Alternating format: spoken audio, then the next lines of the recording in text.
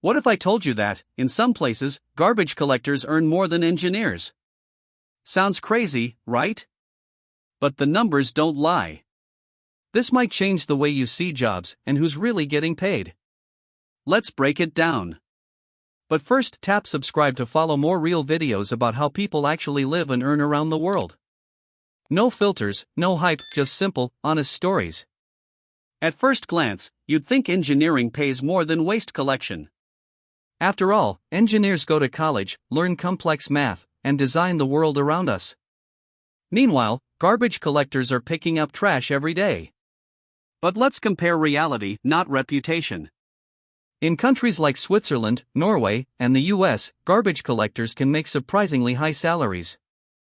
In Switzerland, for example, the average waste management worker earns between $5,000 and $6,500 per month, sometimes even more with night shifts and city contracts.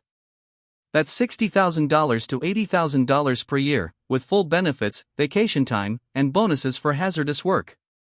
Now compare that to entry-level engineers in many countries. In Southern Europe, Eastern Europe, and even parts of Asia or Latin America, engineers often earn between $700 and $1,500 per month, even after completing years of study.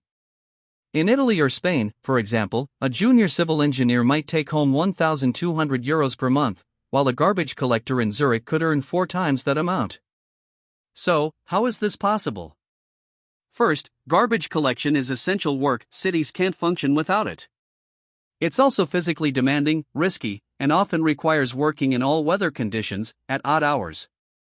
Because of that, cities and governments in richer countries often offer very competitive pay to attract and retain workers, especially for night or industrial shifts. Engineering, on the other hand, is sometimes oversaturated, especially in regions where universities produce more engineers than the job market can absorb. That creates downward pressure on salaries and pushes some engineers into unrelated jobs just to make ends meet. But here's the most important point. Money doesn't always follow education. It follows demand, risk, scarcity, and sometimes even politics. Being a garbage collector might not sound impressive, but it's stable, unionized, and often well paid. In contrast, some engineers end up with student debt and unstable contracts. Now, does that mean you should drop your degree and go collect trash? Of course not. But it does mean we need to rethink how we value jobs. The world needs both engineers and garbage collectors. And sometimes, those doing the dirty work are the ones living with the cleanest paychecks. If you want more real videos about real jobs, real lives, and what people actually earn, subscribe now. New videos every week, simple, direct, and real. Thanks for watching. See you in the next one.